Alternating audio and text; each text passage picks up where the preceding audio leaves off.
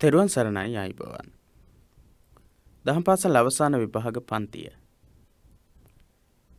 බුද්ධ ධර්මය හා පාලි භාෂා පරිචය කියන පොතට අදාළව සහ ප්‍රශ්න පත්‍රයට අදාළව සාකච්ඡා කරන 4 වෙනි දවස.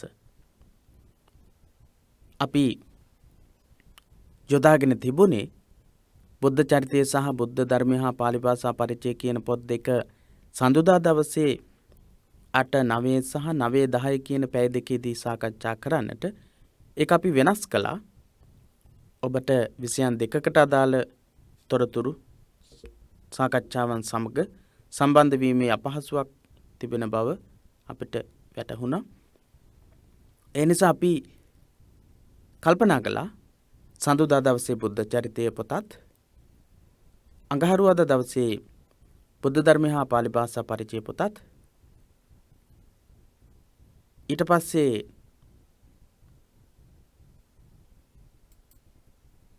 බ්‍රහස්පතින්දා සහ සිකුරාදා දවසේදී ශාසන ඉතිහාසය හා බෞද්ධ සංස්කෘතිය කියන පොත් දෙකත් සාකච්ඡා කරන්නට. එතකොට දවසකට උදේ 9 ඉඳලා 10 දක්වා පැයක් කාල සීමාවක් තමයි අපි සාකච්ඡාව පවත්වන්නේ.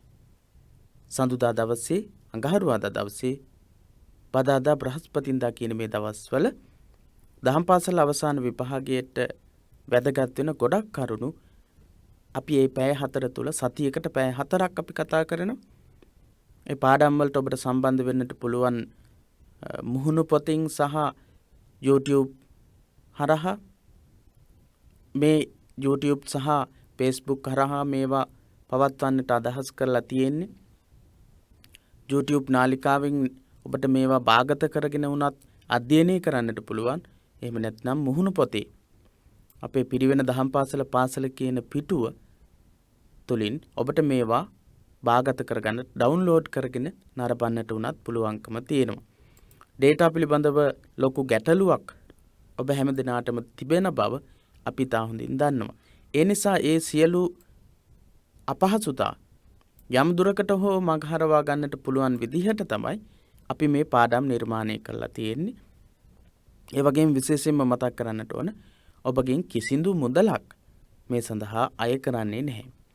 අපි බලාපොරොත්තු බවට පත් වෙන්නේ හොඳින් දහම් පාසල් අවසාන විභාගයේ සමත් වීම සඳහා අත්වැලක් සපයන්නට උදව්වක් උපකාරයක් ලබා දෙන්නට. ඒ වගේම මේ විෂය කරුණු පිළිබඳව දැනීමක් අවබෝධයක් ඇති කරවන්නට තමයි අපි මේ සාකච්ඡාවන් පවත්වන්නේ.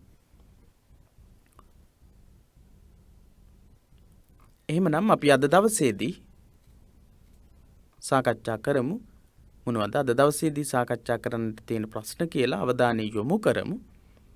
2017-2018 අවුරුද්දේ ප්‍රශ්න පත්‍රයේ ප්‍රශ්න කිහිපයක් තමයි ඔබ මේ දකින්නේ. චතුරාර්ය සත්‍ය ධර්මයේ තමයි අපි මේ කතා කරමින් ඉන්න පාඩම. ගිය සතියේදී කොටසක් අපි කතා කළා. මේ සතියේදී ඉතිරි කොටස සාකච්ඡා කරන්නට සූදානම් වෙන්නේ. දුක් ඇතිවීම හේතුව දක්වන ආර්ය සත්‍ය නම් කර එම හේතුව කුමක්දයි පෙන්눔 කරන්න කියන 2017-2018 අවුරුද්දේ පළවෙනි ප්‍රශ්නේ තියෙන දෙවෙනි ප්‍රශ්නේ චතුරාර්ය සත්‍ය ධර්මය ගැන තියෙන පළවෙනි ප්‍රශ්නේ තමයි මේ ඔබ දකින්නේ. දුක් ඇතිවීමේ හේතුව දක්වන ආර්ය සත්‍ය නම් කර එම හේතුව කුමක්දයි පෙන්눔 කරන්න කියන ප්‍රශ්නේ අපි ගිය සතියේදී දුක්ඛ සමුදය ආර්ය සත්‍ය ගැන හොඳින් කතා කළා. ඒ ස්වરૂප වශයෙන් කීවදරුම් වේදයි දක්වා ඒව නම් කරන්නට කියන ප්‍රශ්නේ ත්‍රිවිධාකාර වූ තෘෂ්ණාව ගැන අපි කතා කළා. එහෙනම් එම ස්වરૂප හඳුන්වන්න කියන ප්‍රශ්නය ලකුණු 6ක ප්‍රශ්නය. එම ස්වરૂප හඳුන්වන්නේ කාම තණ්හා, භව තණ්හා, විභව තණ්හා කියන ත්‍රිවිධාකාර තෘෂ්ණාව ගැන සාකච්ඡා කරන්නට කියලා කියන්නේ ලකුණු 6ක් හම්බ වෙලා තියෙනවා. ලෝකයේ විවිධ ගැටලු පැන නැගීමට එම හේතුව මූලික කාරණාවක් වන්නේ දැයි පෙන්වා දෙන්න. 2017-2018 අවුරුද්දේදී වැඩිපුරම දිගටම කොටස් වශයෙන් සාකච්ඡා කරලා තියෙන්නේ දුක්ඛ සමුදය ආර්ය සත්‍ය ගැන. ඊට පස්සේ ඔබ මේ දකින්නේ 2018 සහ 2019 අවුරුද්දේ ප්‍රශ්න පත්‍රයේ චතුරාර්ය සත්‍ය ධර්මයේ නම් කරන්න. පළවෙනිම ප්‍රශ්නය 2018 2019 වර්ෂයේ චතුරාර්ය සත්‍ය කියන පාඩමට අදාළ පළවෙනි ප්‍රශ්නේ චතුරාර්ය සත්‍ය නම් කරන්න. ඒවා ආර්ය සත්‍ය නාමයෙන් විශේෂ කොට දැක්වීමේ හේතුව පහදා දෙන්න අපි ගිය සතියේ කතා කළා. සිව්වන ආර්ය සත්‍ය මජ්ක්‍ධිමා පටිපදා නාමයෙන් හඳුන්වා දීමේ වැදගත්කම පෙන්වා දී එම ප්‍රතිපදාවට අයත් අංග අනුපිළිවෙලින් දක්වන්න කියන ප්‍රශ්නෙට අපි අවධානය යොමු කරමු. මේ ප්‍රශ්නේ ලියා ගන්නට කියලා ඔබට මතක් කරනවා. සිව්වන ආර්ය සත්‍ය මජ්ක්‍ධිමා පටිපදා නාමයෙන් හඳුන්වා දීමේ වැදගත්කම පෙන්වා දී එම ප්‍රතිපදාවට අයත් අංග අනුපිළිවෙලින් දක්වන්න. සිව්වන ආර්ය සත්‍ය මජ්ක්‍ධිමා පටිපදා නාමයෙන් හඳුන්වා දීමේ වැදගත්කම පෙන්වා දී එම ප්‍රතිපදාවට අයත් අංග අනුපිළිවෙලින් දක්වන්නට කියන ප්‍රශ්නේ. හතරවෙනි ප්‍රශ්නය බෞද්ධ විමුක්ති මාර්ගය අයත් පියවර 3. බෞද්ධ විමුක්ති මාර්ගයට අයත් පියවර 3 දක්වා එම පියවර වලින් අපේක්ෂිත කාර්ය පෙන්වා දී එහි පළමු පියවර අනුගමනය නොකිරීම වත්මන් සමාජ සංස්ථාව බිඳ වැටීමට හේතු වෙන ආකාරය පෙන්වා දෙන්න. බෞද්ධ විමුක්ති මාර්ගයට අයත් පියවර 3 සීල සමාධි ප්‍රඥා කියන පියවර 3. මේ පියවර 3 අනුගමනයේ පියවර වලින් අපේක්ෂිත කාර්ය පෙන්වා දීලා සීලයෙන් කායික වාචසික මානසික සංවරය හිත කය වචනේ කියන දොරටු 3 සංවර කර ගැනීම තමයි මේ මාර්ගය තුලින් අපි අදහස් කරන්නේ. විශේෂයෙන්ම පළවෙනි පියවරේදී කය වචනේ දෙක පළවෙනි පියවරේදී කය වචනේ දෙක සංවර කර ගැනීම තමයි සීලය තුලින් අපේක්ෂා කරන්නේ කියලා ගිය සතියේ අපි කතා කළා. ඊට පස්සේ කියනවා මෙම පියවර අනුගමනය නොකිරීම වත්මන් සමාජ සංස්ථාව බිඳ වැටීමට හේතු වන ආකාරය පෙන්වා දෙන්නට කියලා ප්‍රශ්නයේ කොටසක් තියෙනවා. අපි බලමු අද කතා කරන්නට තියෙන කොටස. දුක්ඛ ආදී ආර්ය සත්‍ය 4 අපි ඉගෙන ගත්තා.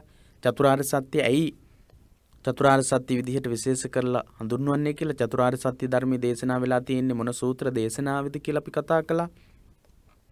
පළවෙනි ආර්ය සත්‍ය දුක්ඛ ආර්ය සත්‍ය යටතේ දුක්ඛ දුක්ඛතා විපරිණාම දුක්ඛතා සහ සංඛාර දුක්ඛතා ආදී දුක්ඛයන් පිළිබඳව සාකච්ඡා කළා. ඊළඟට දුක්ඛ සමුදය ආර්ය සත්‍ය අපි කතා කළා. කාම තණ්හා භව තණ්හා විභව තණ්හා ආදී ත්‍රිවිධාකාර වූ තෘෂ්ණාව එක්ක සම්බන්ධ වෙන ආර්ය සත්‍ය දෙවනි ආර්ය සත්‍ය. ඊළඟට අපිට කතා කරන්නට තියෙන්නේ දුක්ඛ නිරෝධ ආර්ය සත්‍ය සහ දුක්ඛ නිරෝධ ගාමිනී පටිපදා සත්‍ය. තෘෂ්ණාව කියන්නේ මොකක්ද කියන එක අපි ඉතාමත් හොඳින් මේ පාඩම් වලදී ගිය සතියේදී කතා කළා. තණ්හාවටම කියන වෙනත් වචන. ඒ වගේම හැම පුද්ගලයෙක්ම සැපයට කැමති, දුක පිළිකුල් කරනවා, දුම්නස් වේදනාවන්කින් පෙළෙන්න කැමති නැහැ කියලා අපි කතා කළා. රූප, ශබ්ද, ගන්ධ, රස, පොට්ටබ්බ ධම්ම කියන මේ ආකාර හැම එකකින්ම පෘථග්ජනයා යම් කිසි වින්දනයක් ලබන බවත්, ස්ත්‍රියට පුරුෂ රූපයත් පුරුෂයාට ස්ත්‍රී රූපයත්, ශබ්දය, ගන්ධය, රසය, ස්පර්ශය කියන මේ හැම දෙයක්ම ස්ත්‍රියට පුරුෂයාගෙත් පුරුෂයාට ස්ත්‍රියගෙත් ඒ පිළිබඳව තිබෙනා වූ ආසාවන් ගැන කතා කළා. ඒ වගේම භව තණ්හාව ගැන කතා කළා. ඒකේට කාරණාවන් සියල්ලක්ම දැන් කතා කරලා තියෙනවා. ඊළඟට අද අපි කතා කරනවා දුක නිරුද්ධ කිරීම, එහෙම නැත්නම් දුක්ඛ නිරෝධාර්ය සත්‍ය. දුක නැති කිරීම ගැන තමයි කතා කරන්නේ සහ ඒ සඳහා අනුගමනය කරන්නට තියෙන මාර්ගය. දුක්ඛ නිරෝධ ගාමිනී පටිපදාාර්ය සත්‍ය. අපි බලමු මේ කොටසේදී මොනවද අපිට හදාරන්නට තියෙන්නේ කියලා. විශේෂ දේවල් අනිවාර්යයෙන්ම ලියා ගන්න. විශේෂ දේවල් ලියා ගන්න. ඔබට ලියා ගන්නට අවශ්‍ය වෙන දේවල් අපි වෙන වෙනම මේ දේ ලියා ගන්න කියලා අපි කියන්නේ නැහැ. විශේෂ කරුණු අපි අවධාරණය කරලා ඔබට කියලා දෙනවා. ඒ කියලා දෙනකොට ඔබට පුළුවන් ඒවා ලියා ගන්නට, සටහන් කර ගන්නට.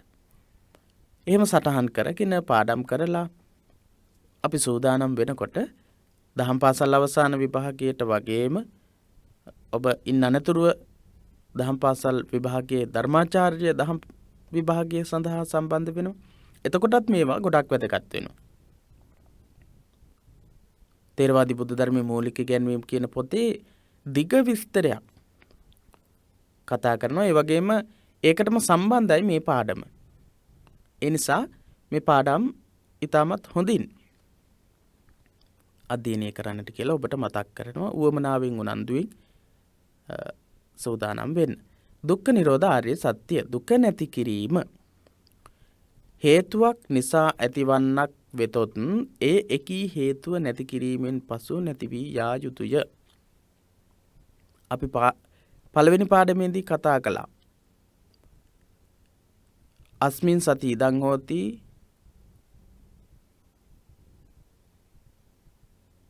ඉමස්මින් අසති ඉදං න හෝති. මේ ඇති කල්හි මේ වේ, මේ නැති කල්හි මේ නොවේ. ඉමස්ස උපාදෝ ඉමං උප්පජ්ජති, ඉමස්ස නිරෝධා ඉමං නිරුජ්ජති. මේ ඉපදීමෙන් හට ගැනීමෙන් මේ උපදී, මේ නිරුද්ධ කිරීමෙන් මේ නිරුද්ධ වේ කියන පටිච්ච සමුප්පාද කෙටි ක්‍රමය අපි පළවෙනි පාඩමේදී ඉගෙන ගත්තා. ඒ අදහස තමයි මේ කියන්නේ. හේතුවක් නිසා ඇතිවන්නක් වෙතොත් ඒ එකී හේතුව නැති කිරීමෙන් පසු නැති වී යා යුතුය. යම් කිසි දෙයකට හේතුවක් තියෙනවා නම්, ප්‍රත්‍යක් තියෙනවා නම්, කාරකයක් තියෙනවා නම්, ඒ කාරකය, ඒ ප්‍රත්‍ය, ඒ හේතුව නැති කළාම ඒ දේ නැති වෙනවා. දුක තෘෂ්ණාව හේතු කොටගෙන ඇති වූවක් නම් දුක කියන්නේ තෘෂ්ණාව නිසා ඇතිවෙච්ච දෙයක් කියලා අපි පැහැදිලිව ගිය සතියේ කතා කළා. එහෙනම් දුක ඇතිවෙන්න හේතුව තෘෂ්ණාව නම් තෘෂ්ණාව නැති කිරීමෙන් පසු දුකද නැති විය යුතුය. දුක ඇති වෙන්න හේතුව තෘෂ්ණාවයි. කාම තණ්හා, භව තණ්හා සහ විභව තණ්හා කියලා අවස්ථා තුනක් යටතේ කතා කරපු ත්‍රිවිධ තෘෂ්ණාව. එහෙනම් මේ ත්‍රිවිධ තෘෂ්ණාව නැති කළා දුක නැති වෙන්නට ඕන. එහෙනම් කෙටියෙන් දුක්ඛ නිරෝධාර්ය සත්‍ය කියන්නේ මොකක්ද? දුක නැති කිරීම කියන්නේ මොකක්ද? තෘෂ්ණාව නැති කිරීම. කාම තණ්හාවයි, භව තණ්හාවයි, විභව තණ්හාවයි නැති කිරීම තමයි දුක්ඛ නිරෝධය කියලා කියන්නේ. හේතුං පටිච්ච සම්භූතං හේතු භංගා නිරුච්ඡති. ගාථා පාඨයක සඳහන් වෙනවා. හේතුං පටිච්ච සම්භූතං, හේතු සහ ප්‍රත්‍ය වලින් හටගත් දේවල් හේතුව නැති කිරීමෙන් නිරුච්ඡති, නිරුද්ධත්වයට පත්වේ කියන අදහස. හේතුම් පටිච්ච සම්භූතං හේතු භංගා නිරුච්ඡති. හේතුවයි හේතු ප්‍රත්‍ය වලින් හටගත් දෙයක් හේතු ප්‍රත්‍ය නැති කිරීමෙන් නිරුද්ධත්වයට පත්වේ කියන අදහස තමයි ඒකේ තියෙන්නේ. අපි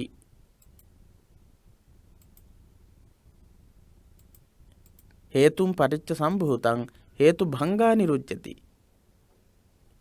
හේතුව සහ ප්‍රත්‍ය කියන දෙකෙන් හටගත් යම් කිසි දෙයක් තිබේ නම් හේතුව නැති කිරීම තුළින් නිරුද්ධත්වයට පත්වේ කියන අදහස තමයි ඒකේ තියෙන්නේ.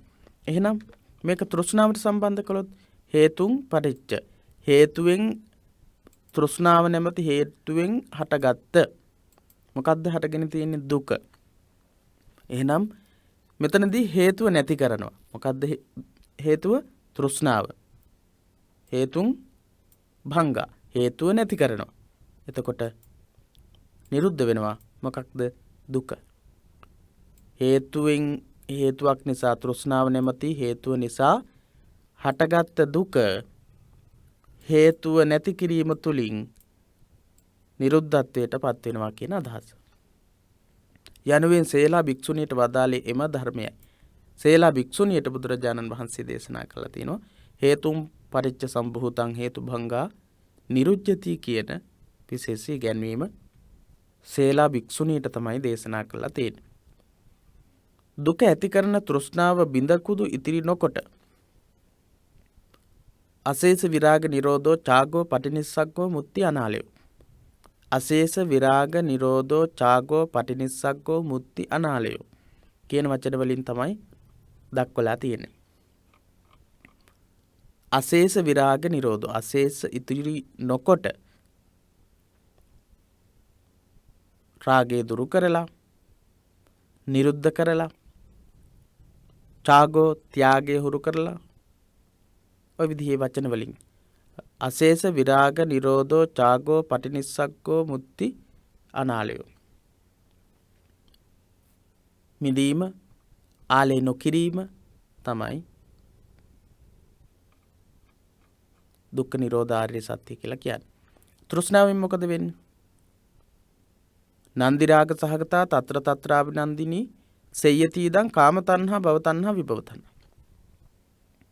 නන්දි රාග සහගතා නන්දි රාග දැඩි ඇල්මකින් යුක්ත වූ తත්‍ර తත්‍රාభిනන්දිනී ඒ තැන්වලදී සතුටටපත් වෙන සතුටු කරවන ස්වභාවයෙන් යුක්ත පෝනෝ භවික නැවත පුනර්භවයක් ඇති කිරීමේ ස්වභාවයෙන් තියෙන කාම තණ්හා භව තණ්හා විභව තණ්හා.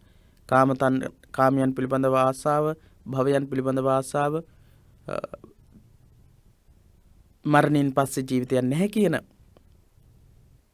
දෘෂ්ටිවාද සහගත අදහස අන්න ඒවා තමයි හේතු. ඒ හේතු හැම එකක්ම ඉතිරි නොකොට බිඳක්වත් ඉතිරි නොකොට මුලින් උපුටා දැමීම, නැති කිරීම, ඉවත් කිරීම, එයින් මිදීම සහ එහි නොබැඳීම දුක්ඛ නිරෝධයයි. එහෙනම් කෙටියෙන් අපි මතක තියාගන්නට ඕන. මේ පාඩම් ඔබට හරි අපහසුයි අමාරුයි කියලා සමහර වෙලාවට කල්පනා කරනවා. ඒ අපහසුයි අමාරුයි කියලා ඔබ කල්පනා කරන්නේ ප්‍රධාන ගැටලුවක් නිසා. මොකක්ද ඒ ගැටලුව? ඔබට මේ වචන තේරෙන්නේ නැහැ සමහර වෙලාවට. ඒ නිසා මොකද කරන්නට ඕන? මේක අපිට තේරෙන්නේ නැති එකක් නම් මේක කිහිප වතාවක් නැවත නැවත මෙනෙහි කරමින් කියවලා බලන්නට ඕන. දැන් මෙතනදී කියනවා දුක ඇති කරන තෘෂ්ණාව බිඳකුදු ඉතිරි නොකොට මුලින් උපුටා දැමීම, නැති කිරීම, ඉවත් කිරීම, එයින් මිදීම, එහි නොබැඳීම තමයි දුක්ඛ නිරෝධය කියලා කියන්නේ. අපි මීට කලින් මොනවද ඒ තෘෂ්ණාව සහ තෘෂ්ණාවේ කොටස් මොනවද කියලා කතා කරලා තියෙනවා. ඒ නිසා අපි මේ කතා කරපු කාම තණ්හාව මුලින් උපුටා දැමීම, භව තණ්හාව මුලින් උපුටා දැමීම, විභව තණ්හාව මුලින් උපුටා දැමීම, කාම තණ්හාව නැති කිරීම, භව තණ්හාව නැති කිරීම, විභව තණ්හාව නැති කිරීම. ඊළඟට කාම තණ්හාව ඉවත් කිරීම, භව තණ්හාව ඉවත් කිරීම, විභව තණ්හාව ඉවත් කිරීම. ඔය විදිහට ත්‍රිවිධාකාර වූ තෘෂ්ණාව නැති කරන එක තමයි දුක්ඛ නිරෝධය කියලා කියන්නේ. මෙහිදී බාහිර ලෝකයේ පිළිබඳ සියලු ආසා අපේක්ෂා ඉවත්ව යයි. බාහිර ලෝකයේත් එක්ක ඇස, කන, නාසය, දිව, ශරීරය, මනස කියන මේ ඉන්ද්‍රියන් තුලින් සලායතන ආයතන 6ක් විදිහට කතා කරනවා. සදායතන කියලා කියනවා. මේ 6ත් එක්ක සම්බන්ධ වෙලා බාහිර අභ්‍යන්තර ආයතන වලින් බාහිර ආයතන සමග සම්බන්ධතා. ඇස, කන, නාසය, දිව, ශරීරය, මනස කියන ආයතන වලින් රූප, ශබ්ද, ගන්ධ, රස, ස්පර්ශ, ධම්ම කියන දේවල් ගන්න. ඒ තරම් ගැඹුරින් ඔබ මේ ගැන අධ්‍යයනය කළ යුතු වෙන්නේ නැහැ. මෙහිදී බාහිර ලෝකයේ පිළිබඳ සියලු ආසා අපේක්ෂා ඉවත්ව යයි. දුක්ඛ නිරෝධයත් එක්ක බාහිර ලෝකයේත් එක්ක තියෙන රූප ගැන ආසාව වෙන්න පුළුවන්, ශබ්ද ගැන ආසාව වෙන්න පුළුවන්, අපේක්ෂා වෙන්න පුළුවන්, ශබ්ද ගැන ආසාවක් වෙන්න පුළුවන්, අපේක්ෂාවක් වෙන්න පුළුවන්, බැඳීමක් වෙන්න පුළුවන්. මේ හැම එකක්ම නිරුද්ධ වෙලා යනවා දුක්ඛ නිරෝධයත් එක්ක. තමා පිළිබඳ මිත්‍යා දෘෂ්ටිය, ආත්ම දෘෂ්ටි නිර්වශේෂයෙන් බැහැර කෙරේ. ආත්ම දෘෂ්ටිය තමා ගැන, මම කියන කෙනා ගැන අපි විශ්වාස කරන එක, මගේ කියලා අපි හිතාගෙන ඉන්න එක, ඒ හැම දෙයක්ම නිරුද්ධ වෙනවා. මම කියලා හෝ මගේ කියලා හෝ එහෙම ගන්න පුළුවන් කිසිම දෙයක් නැහැ. බුදුරජාණන් වහන්සේගේ ඉගැන්වීම වෙන්නේ රූප, වේදනා, සංඥා, සංඛාර, විඥාන කියන මේ පහ තමයි මම කියලා අපි හිතාගෙන ඉන්නේ. මගේ කියලා අපි හිතාගෙන ඉන්නේ. ඒ අවස්ථාවේ තමයි ඒ මම කියලා හිතාගෙන ඉන්න කෙනා තුළ තමයි රූප වේදනා සංඥා සංකාර විඥාන කියන පහ තියෙන්නේ. ඒ මම කියලා හිතාගෙන ඉන්න කෙනාගේ අකුසල සහගත චේතනා ශක්තිය තුළ තමයි කාම තණ්හාව, භව තණ්හාව, විභව තණ්හාව කියන මේවා තැම්පත් කරගෙන ඉන්නේ.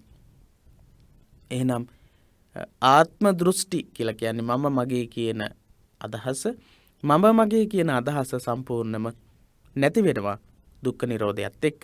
මිදීම විමුක්තිය පිළිබඳ පූර්ණ අවබෝධයක්ද ඇති වේ. මිදීම ගැන, විමුක්තිය ගැන සම්පූර්ණ අදහසක්, අවබෝධයක් ඇති වෙනවා දුක්ඛ නිරෝධයත් එක්ක. බුදු සමයෙහි පරම නිෂ්ඨාව මේ දුක්ඛ නිරෝධයයි. බුදු සමයේ පරම නිෂ්ඨාව අවසාන අරමුණ අදහස් වෙන්නේ මේ දුක්ඛ නිරෝධය.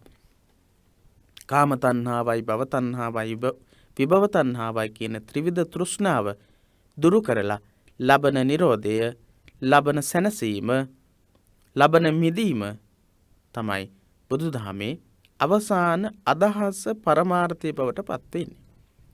ඔබට යම්කිසි ගැටලුවක් තියෙනවා නම් ඉදිරිපත් කරන්නට කියලා මතක් කරනවා. අපි මේ කතා කළේ දුක්ඛ නිරෝධ ආර්ය සත්‍ය ගැන. දුක්ඛ ආර්ය සත්‍ය ගැන කතා කරලා තියෙනවා. දුක්ඛ සමුදය ආර්ය සත්‍ය කියන්නේ මොකක්ද කියලා කතා කරලා තියෙනවා. දුක්ඛ නිරෝධ ආර්ය සත්‍ය ගැන අපි ඊටමත් හොඳින් මේ පාඩමේදී දැන් අධ්‍යයනය කළා. ඊළඟට තියෙන ආර්ය සත්‍ය තමයි හතරවෙනි ආර්ය සත්‍ය, දුක නැති කිරීමේ මාර්ගය. දුකක් තියෙනවා කියලා කතා කරලා තියෙනවා. දුකට හේතුව තෘෂ්ණාව කියලාත් කතා කරලා තියෙනවා. දුකට හේතුව නැති කරන එක නිරෝධය, තෘෂ්ණාව නැති කිරීම කියලා අපි කතා කරලා තියෙනවා. එහෙනම් ඒකට ක්‍රමයක් තියෙන්න ඕන. දුක නැති කරන්න ක්‍රමයක් තියෙන්න ඕන. යම් කිසි දෙයක් වැඩක් පළක් කරනකොට ඒ වැඩක් පළක් කරන්න අපිට ක්‍රමයක් තියෙන්න ඕන. ඉතින් දුක කියන එක නැති කරන්න තෘෂ්ණාව නැති කරන්න ඕන කියලා කිව්වා. තෘෂ්ණාව නැති කරන්න තියෙන ක්‍රමයට කියනවා හතරවෙනි ආර්ය සත්‍ය කියලා. දුක නැති කිරීමේ මඟ.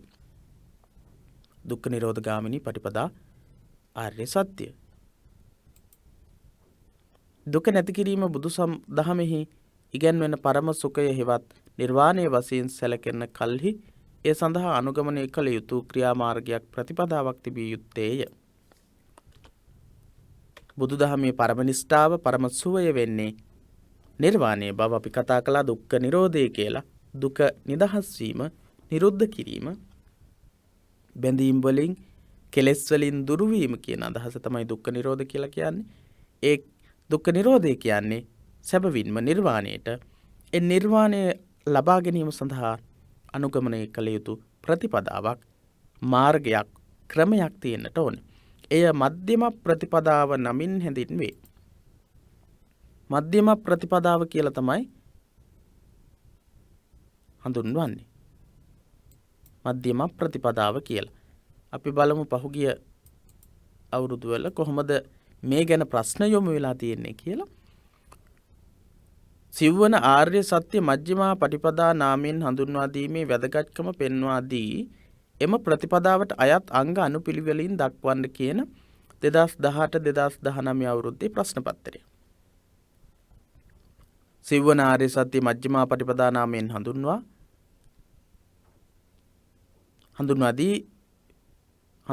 දීමේ වැදගත්කම පෙන්වා දී මධ්‍යම ප්‍රතිපදාව විදිහට, මජ්ක්‍ධිමා පටිපදා විදිහට හැඳින්වීමේ වැදගත්කම පෙන්වලා දීලා මධ්‍යම ප්‍රතිපදාවට ආර්ය අෂ්ටාංගික මාර්ගයට අයිති අංග දක්වන්නට කියලයි කියන්නේ. මධ්‍යම නම් වනුයේ නොයා යුතු අන්ත දෙකද ඇති හේිනි. නොයා යුතු අන්ත දෙකක් තියෙන නිසා තමයි මධ්‍යම ප්‍රතිපදාව කියලා කියන්නේ. අන්ත දෙකක් තියෙනවා. දෘෂ්ටි දෙකක්. ඒ දෘෂ්ටි දෙකට වැටෙන්නේ නැතිව මැදින් ගමන් කරන නිසා මේ මාර්ගයට කියනවා මධ්‍යම ප්‍රතිපදාව කියලා. මොනවද ඒ අන්ත දෙක?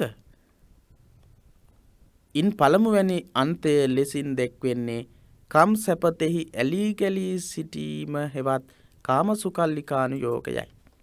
පළවෙනි අන්තය තමයි කාමසුකල්ලිකානුයෝගය.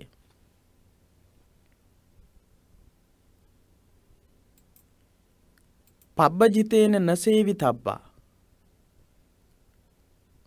කාමේසු කාමසුකල්ලිකානුයෝගෝ.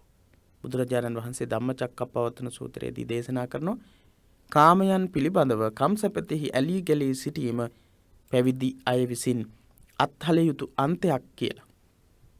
එක අන්තයක්. එය ඉතා පහත් ග්‍රාම්‍ය ලක්ෂණ වලින් යුතු පුහුදුන් අයට සීමා වූ අනාර්ය වූ අනත්ත සංහිතෝ. හීනෝ ගම්මෝ පෝතුජ්ජනිකෝ අනරියෝ අනත්ත සංහිතෝ. කාමේසු කාමසුකල්ලිකානුයෝගෝ හීනෝ ගම්මෝ පෝතුජ්ජනිකෝ අනරියෝ අනත්ත සංහිතෝ. එහෙම තමයි කියලා තියෙන්නේ. හීනෝ ඊතා පහත්, ගම්මෝ ග්‍රාම්‍ය දෙයක්. කාමසුකල්ලිකානුයෝගේ කම් සැපේහි ඇලීම හීන දෙයක්, පහත් දෙයක්. ගම්මෝ ග්‍රාම්‍ය දෙයක්. පුහුදුන් අයට සීමා පෝතුජ්ජනිකෝ. පෝතුජ්ජනිකෝ කියලා කියන්නේ පුහුදුන් අයට සීමා වූ, පුහුදුන් අයට අයිති දෙයක් කියන එක. කෙලෙස් එක්ක ඉන්න අයට අයිති දෙයක් කියන එක. අනරියෝ ආර්ය නොවූ දෙයක්. අනත්ත සංහිතෝ අනර්ථය අයහපත සිදු කරන දෙයක් විදිහට තමයි දක්වලා තියෙන්නේ. දුක්ඛ නිරෝධ ගාමිනී පටිපදා ආර්ය සත්‍ය යටතෙහි දැක්වෙන මධ්‍යම ප්‍රතිපදා මාර්ගයේ ගමන් කිරීමේදී අත්හල යුතු අන්ත දෙක මොනවාද? ඒ පිළිබඳ විස්තර කරන්නට කියලා ප්‍රශ්නයක් එන්න පුළුවන්. මධ්‍යම ප්‍රතිපදාව සිව්වෙන ආර්ය සත්‍ය මධ්‍යම ප්‍රතිපදාව වන අතර එම මැදුම් පිළිවෙතෙහි ගමන් කිරීමේදී අත්හල යුතු අන්ත දෙක ලෙස ධම්මචක්කප්පවත්තන සූත්‍රයේදී දේශනා කර ඇත්තේ මොනවාද? ඒ දෙක ගැන විස්තර කරන්නට කියලා, හඳුන්වන්න කියලා ඉන්න පුළුවන්. එහෙනම් පළවෙනි අන්තය තමයි කාමසුකල්ලිකානුයෝගය. මොකද්ද කාමසුකල්ලිකානුයෝගය කියන්නේ? ඊතා පහත් ග්‍රාම්‍ය ලක්ෂණ වලින් යුතු හීනෝ ගම්මෝ පෝතුජ්ජනිකෝ ප්‍රතජ්ජනයන්ට සීමා වූ අනරියෝ අනාර්ය වූ අනත්ත සංහිතෝ අනර්ථය ළඟා කරන්නා වූ දෙයක්. දෙවැනි අන්තය දෙවැන්න එබඳු වූ ප්‍රතිඵල ළඟා කර දෙන්නා වූ, අපි මුලින් කතා කළා වගේ ප්‍රතිඵල ලබා දෙන ශරීරයට කටුක දුක් දීම හෙවත් අත්තකිලමතානුයෝගයයි. ශරීරයට කටුක දුක් දීම හෙවත් අත්තකිලමතානුයෝගය තමයි දෙවැනි අන්තය. මේ අන්ත දෙකෙන් ඉවත් වූ මැදි මඟ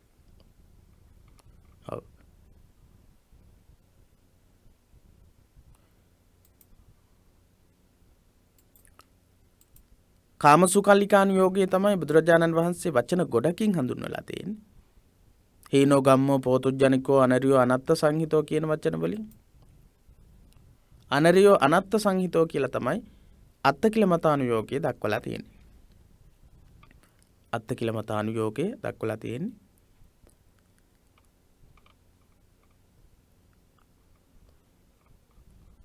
හරි.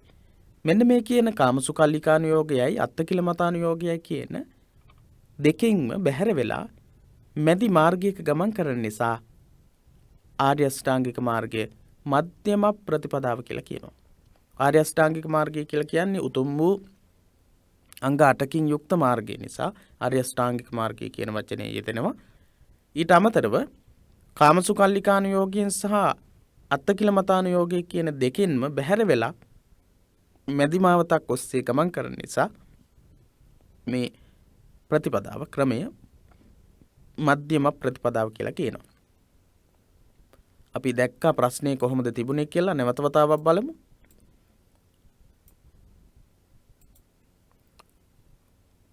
සිව්වන ආර්ය සත්‍ය මජ්ක්‍ධිමා පටිපදා නාමයෙන් හඳුන්වා දීමේ වැදගත්කම පෙන්වා දී එම ප්‍රතිපදාවට අයත් අංග අනුපිළිවෙලින් දක්වන්න. අපි ඔය කතා කරපු කරුණු ටිකත් මේකට වැදගත් වෙනවා. මොකද අත්හල යුතු අන්ත දෙකක් වන කාමසුකල්ලිකානුයෝගයේ හෙවත් ඊතා පුහුදුන් හීන ග්‍රාම්‍ය හීනෝ ගම්මෝ පෝතුජ්ජනකෝ අනරියෝ අනත්ත සංහිතෝ ලෙස බුදුරජාණන් වහන්සේ දක්වලා තියෙන කාමසුකල්ලිකානුයෝගයෙන් ඉවත් වීමත් අනරියෝ අනත්ත සංහිතෝ ලෙස දක්වන ශරීරයට කටුක දුක් දීම හෙවත් අත්තිකිලමතානුයෝගයෙන් වෙන්ව මැදිමාවතක ගමන් කිරීමත් නිසා මෙම මධ්‍යම ප්‍රතිපදාව මජ්ක්‍ධිමා පටිපදා යනුවෙන් හඳුන්වන අතර මජ්ක්‍ධිමා පටිපදා කියන මැදිමාවත තුලින් පුද්ගලයාට නුවණැස ලබා දෙනවා. ඥානකරණී කෙලෙස් 10 සංසිඳවනවා.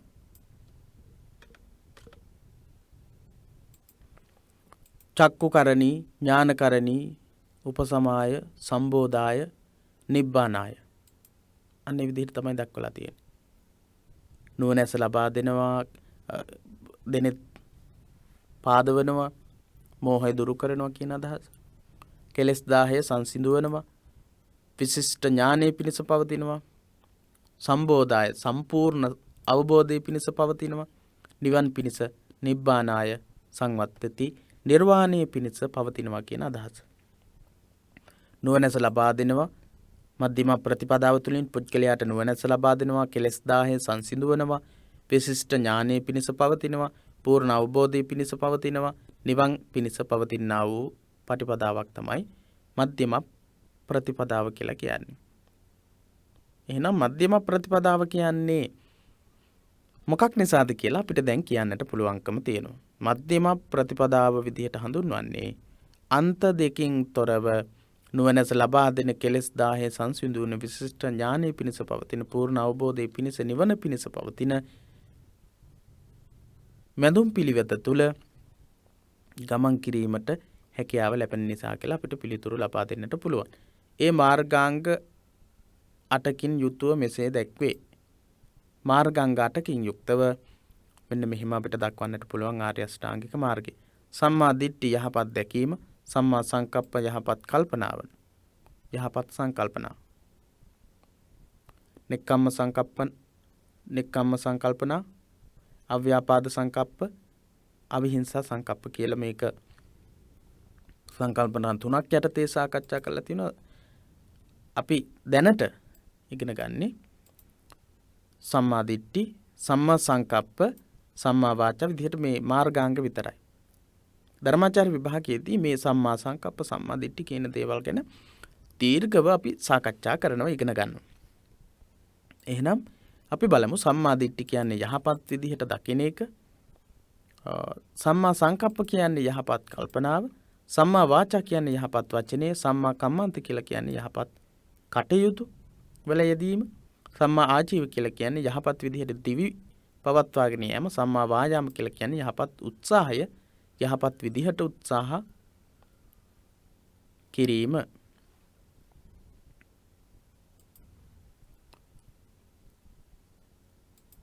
ඊළඟට අපි බලමු සම්මා වායාම යහපත් උත්සාහය, සම්මා සති යහපත් සිහිය, සම්මා සමාධි යහපත් සිත එකඟ කිරීම, යහපත් විදිහට සිත එකඟ කර ගැනීම තමයි සම්මා සමාධිය කියලා කියන්නේ. නැවත වතාවක් අපි බලමු. මේවා අනිවාර්යයෙන්ම පාඩම් කරගත යුතුයි.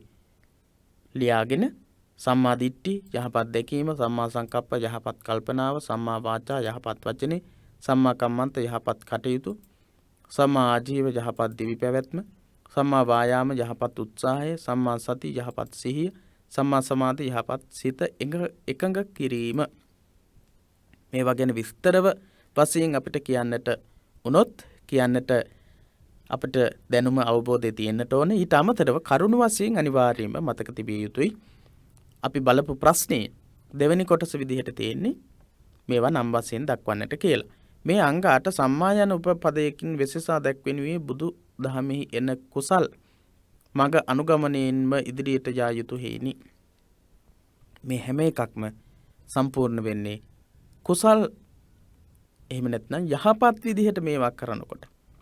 දැකීම යහපත් වෙන්න ඕන. සංකල්ප යහපත් හොඳ දේවල් වෙන්න ඕන. වචන යහපත් හොඳ කුසල සහගත වචන වෙන්නට ඕන. යහපත් කටයුතු වෙන්නට ඕන.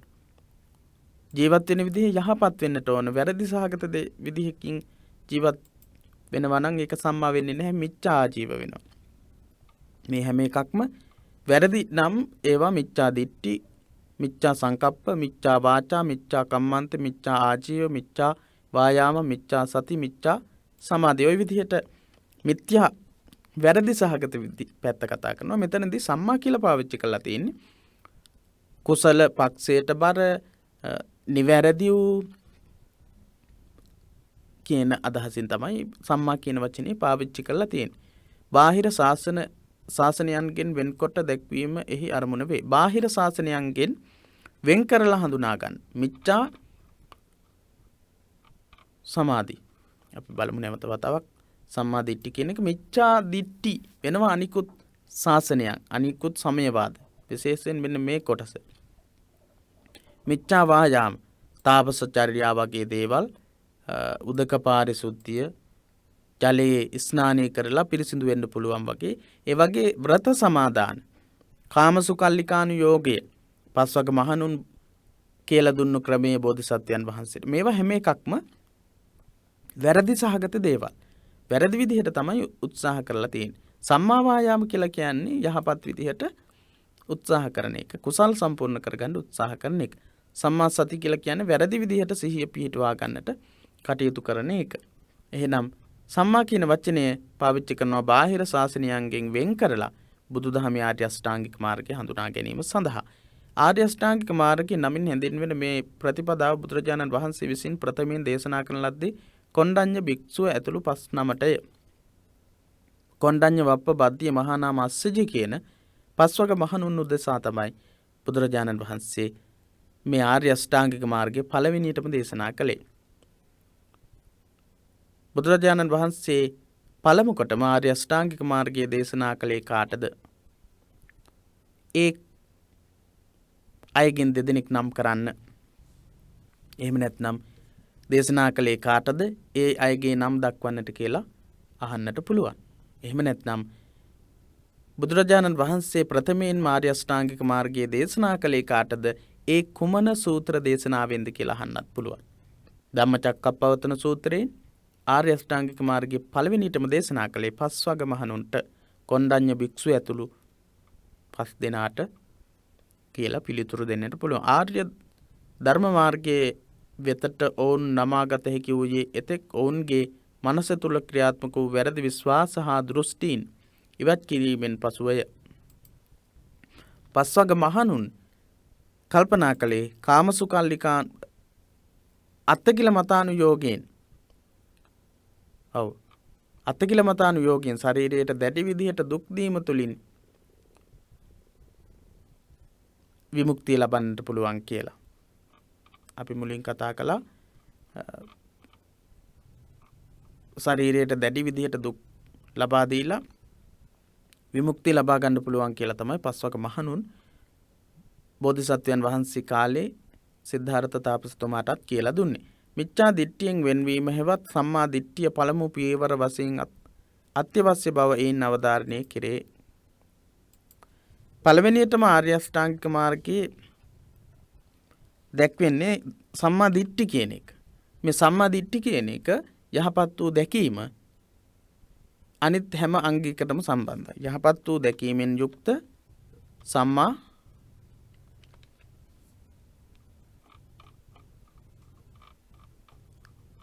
සංකප්ප. යහපත් වූ දැකීමකින් යුක්ත යහපත් වූ සංකල්පන, යහපත් වූ දැකීමකින් යුක්ත ඒ කියන්නේ යහපත් වූ වචන කතා කළ යුතුයි කියන නිවැරදි අවබෝධයක ඉන්නට ඕන, දැක්මක් තියෙන්නට ඕන. යහපත් වචන කතා කළ යුතුයි විතරක් නෙමෙයි යහපත් වූ කටයුතු වල නිරත විය යුතුයි කියලා දැක්මක් තියෙන්නට ඕන. යහපත් වූ ජීවන පැවැත්මක් ගත කළ යුතුයි කියලා නිවැරදි දැක්මක් තියෙන්නට ඕන. සම්මා වායාම යහපත් වූ උත්සාහයක් පැවතිය යුතුයි කියලා අපිට නිවැරදි දැක්මක් තියෙන්නට ඕන. නිවැරදි දැක්මකින් යුක්ත වූ උත්සාහයක් තියෙන්නට ඕන. සම්මා සති යහපත් සිහියෙන් යුක්තව කටයුතු කළ යුතුයි කියලා ඒ විදිහේ දැක්මක් සහිතව යහපත් සිහියක් තියෙන්නට ඕන. අන්න ඒ නිසා තමයි සම්මා දිට්ඨි කියන එක මුලින්ම යෙදিলা තියෙන්නේ. මිච්ඡා දිට්ඨියෙන් වෙන්වීම හේවත් සම්මා දිට්ඨිය පළමු පියවර වශයෙන් අත්‍යවශ්‍ය බවෙන් අවධාරණය කෙරේ. යහපත් දැකීමෙන් තොරව අඳුරේ යාම විමුක්ති මාර්ගයේ ගමන් කිරීම නොවන හේිනි. යහපත් වූ දැකීමකින් තොරව යහපත් වූ දැක්මක් නැතිව හැම පාසලකම දහම් පාසලකම දැක්මක් තියෙනවා. ඒ දැක්ම අනුව තමයි ඒ පාසලේ හෝ දහම් පාසලේ හෝ යම්කිසි ආයතනයක වැඩ කටයුතු සියල්ලක්ම සිද්ධ වෙන්නේ. එහෙනම් යහපත් වූ දැකීමකින් යුක්ත යහපත් වූ සංකල්පනාවලින් යහපත් වූ වචන පාවිච්චි කරමින් යහපත් වූ දිවි පැවැත්මක් ගත කරමින් යහපත් වූ උත්සාහයක් සහිතව යහපත් වූ සමාධියකටපත් යහපත් වූ සිතින් යුක්තව යහපත් සමාධියකටපත් වෙලා නිවැරදි සමාධියකටපත් වෙලා නිවන් අවබෝධ කර ගැනීම තමයි චතුරාර්ය සත්‍ය මධ්‍යම පටිපදාව තුළින් උගන්වන්නේ. බෞද්ධ විමුක්ති මාර්ගයේ සීල සමාධි ප්‍රඥා යනුවෙන් පියවර 3කින් ඇතැම් තැනක දැක්වේ.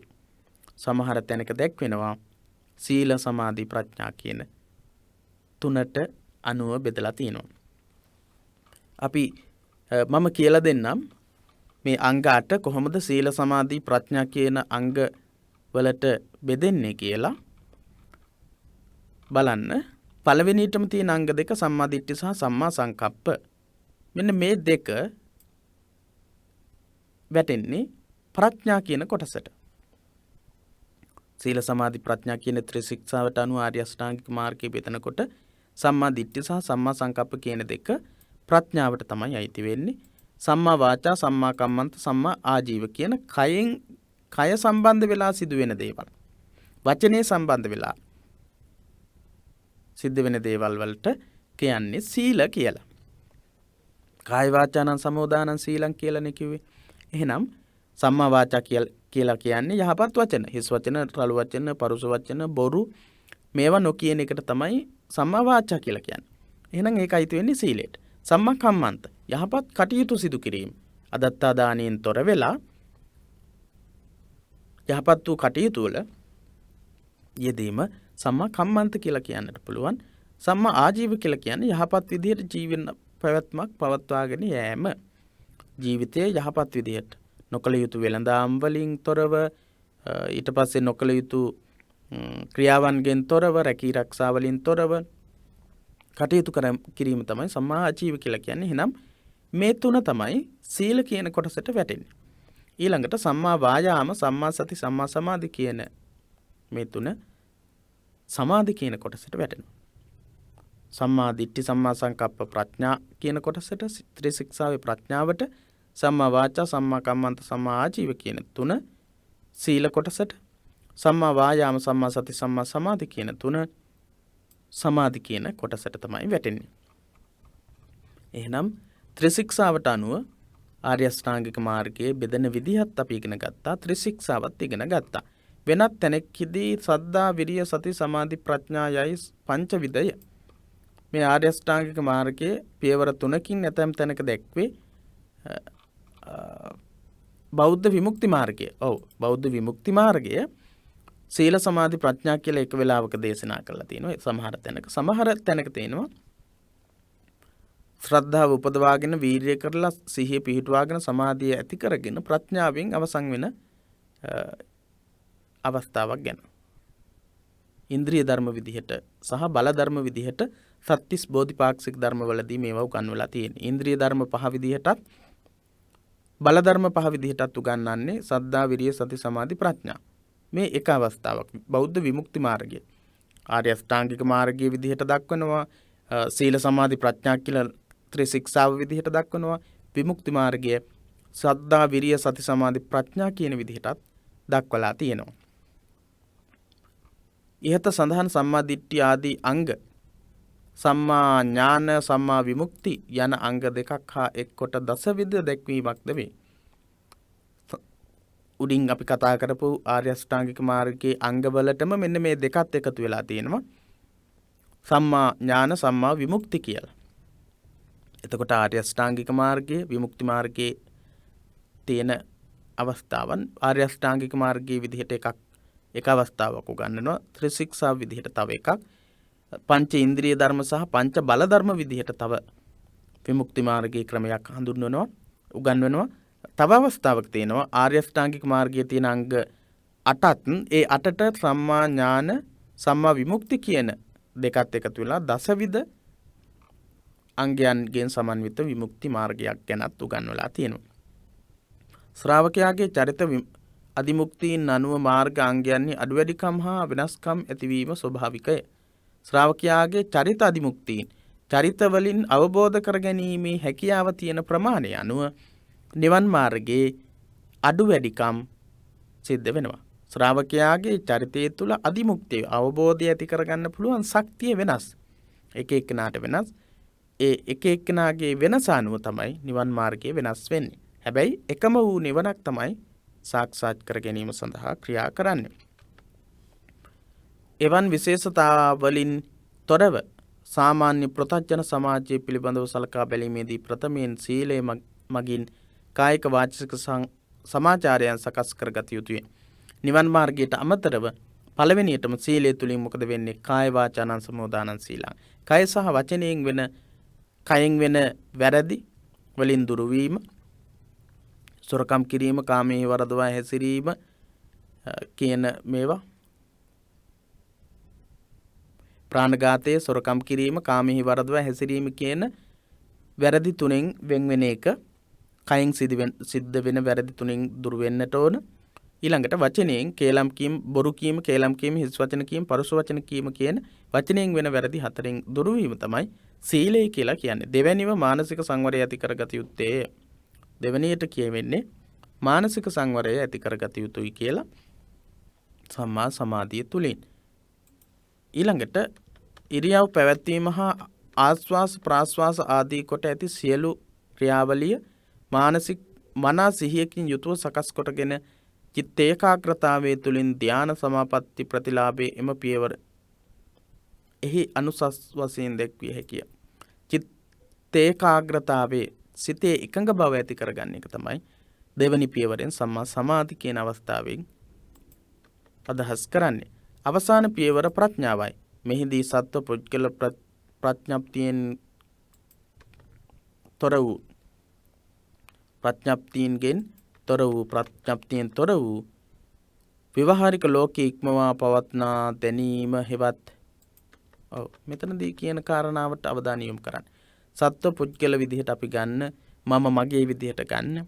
ඒවා විවහාරික ලෝකයේ ඉක්මවලා තියෙන අවබෝධය තමයි සර්ව ධර්මයන්ගේ යථා ස්වභාවය ත්‍රිලක්ෂණ අවබෝධය මගින් ලබා ගැනීම.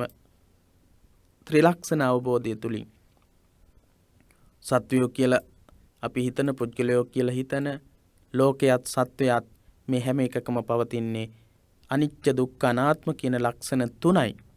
ඒ ලක්ෂණ තුනට අහු වෙන ලක්ෂණ තුනෙන් යුක්ත වෙච්ච නිර්මාණයන් තමයි මේ ලෝකේ තියෙන්නේ කියලා තේරුම් ගත්තම ඇති වෙන අවබෝධයට තමයි ප්‍රඥාව කියලා කියන්නේ. යථාර්ථ වශයෙන් දැකීම. ඉන් ඉදිරියට Tamanට ලැබිය යුතු පියවරක්, හැසිරිය යුතු බ්‍රහ්මචර්ය වාසයක් හෝ නැසිය යුතු ක්ලේශ ධර්මයක් නැති බව නැවතත් සිහිපත් කරන පුද්ගලයා නැවත කිසිවිටක ආපසු සසරට නොපිවිසෙන නිර්වාණ ප්‍රාප්ත ආර්යයන් වහන්සේ ලෙස හැඳින්වේ. Tamanට ඊට පස්සේ ලැබිය යුතු පියවරක් නැහැ. හැසිරිය යුතු බ්‍රහ්මචර්යයක් නැහැ. බ්‍රහ්මචර්යාවේ වාසය කරලා ඉවරයි. නැසිය යුතු ක්ලේශ ධර්මයක් නැහැ. ක්ලේශ ධර්මයන් නසන්න දෙයක් නැහැ. මොකද තෘෂ්ණාව සම්පූර්ණ නැති කරලයි මේ ආර්ය මාර්ගී ගමන් කරලා නිර්වාණයටපත් වෙලා තියෙන්නේ. නිර්වාණ ප්‍රාප්ත ආර්යයන් වහන්සේ විදිහට හඳුන්වනවා. ඒ විදිහට චතුරාර්ය සත්‍ය ධර්මය අවබෝධ කරගත්තට පස්සේ ඔබට ඉතා හොඳින් මේ කතා කරපු කාරණාවන් වැටහෙන්නට අවබෝධ වෙන්නට ඇති කියලා අපි විශ්වාස කරනවා. යම්කිසි ගැටලුවක්, යම්කිසි ප්‍රශ්නයක් තියෙනවා නම් අපට ඉදිරිපත් කරන්නට කියලා ඔබට සිහිපත් කරමින් දහම් පාසල් අවසාන විභාග පන්තිය 4වෙනි දවස විදිහට අද දවස බුද්ධ ධර්මය හා පාලි භාෂා පරිචය පොත සහ ප්‍රශ්න පත්‍රය සම්බන්ධ කරගෙන කරපු 4වෙනි සාකච්ඡාව තමයි මේ අපි නිමා කරන්නට සූදානම් වෙන්නේ. පිරිවෙන දහම් පාසල අපේ YouTube නාලිකාව, Facebook පිටුව, Facebook සමූහයකුත් තියෙනවා පිරිවෙන දහම් පාසල කියලා. ඊට අමතරව දහම් පාසල් අවසාන විභාග පන්ති එකමුතුව කියන අපේ සමූහය, මේ සමූහ පිටු සහ නාලිකා කියන මේ සියලු සම්බන්ධතා වලින් අපි අද දවසේ පාඩමෙන් සමුගන්නටයි සූදානම. එසේනම් ඔබට තෙරුවන් සරණ ප්‍රාර්ථනා කරනවා.